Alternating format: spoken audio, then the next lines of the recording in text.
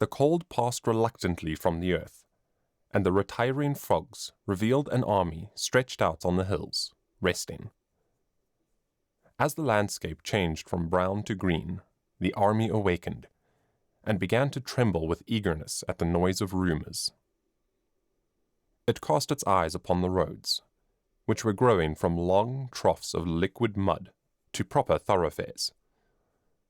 A river, amber-tinted in the shadow of its banks, purled at the army's feet, and at night, when the stream had become of a sorrowful blackness, one could see across it the red, eye-like gleam of hostile campfires, set in the low brows of distant hills. Once, a certain tall soldier developed virtues, and went resolutely to wash a shirt. He came flying back from a brook, waving his garment banner-like.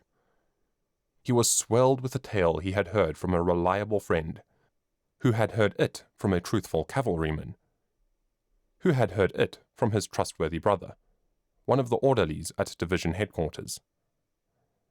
He adopted the important air of a herald in red and gold.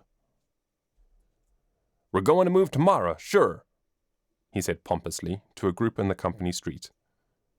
"We're going way up the river, cut across, and come around in behind him." To his attentive audience, he drew a loud and elaborate plan of a very brilliant campaign. When he had finished, the blue-clothed men scattered into small arguing groups between the rows of squat brown huts. A Negro teamster, who had been dancing upon a cracker box with the hilarious encouragement of 20 soldiers, was deserted. He sat mournfully down. Smoke drifted lazily from a multitude of quaint chimneys.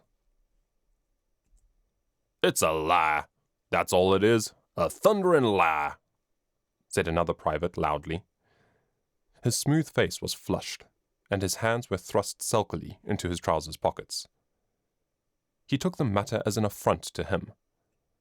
"I don't believe the derned old army's ever going to move. We're set. I've got ready to move 8 times in the last 2 weeks, and we ain't moved yet."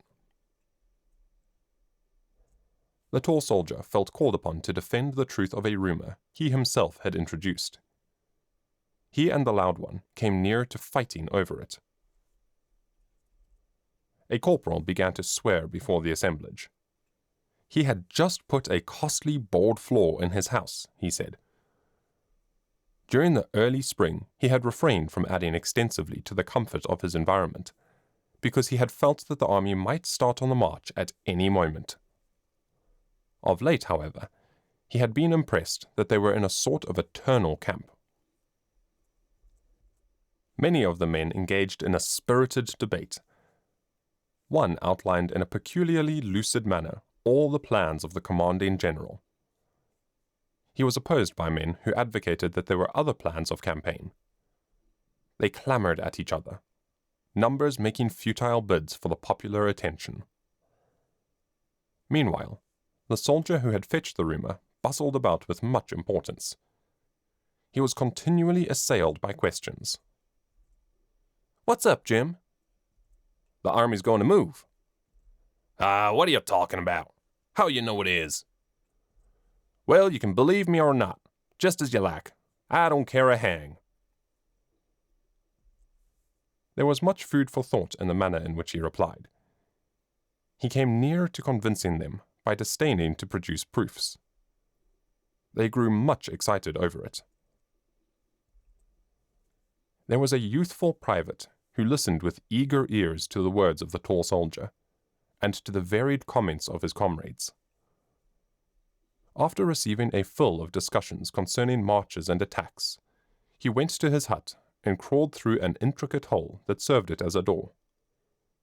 He wished to be alone with some new thoughts that had lately come to him.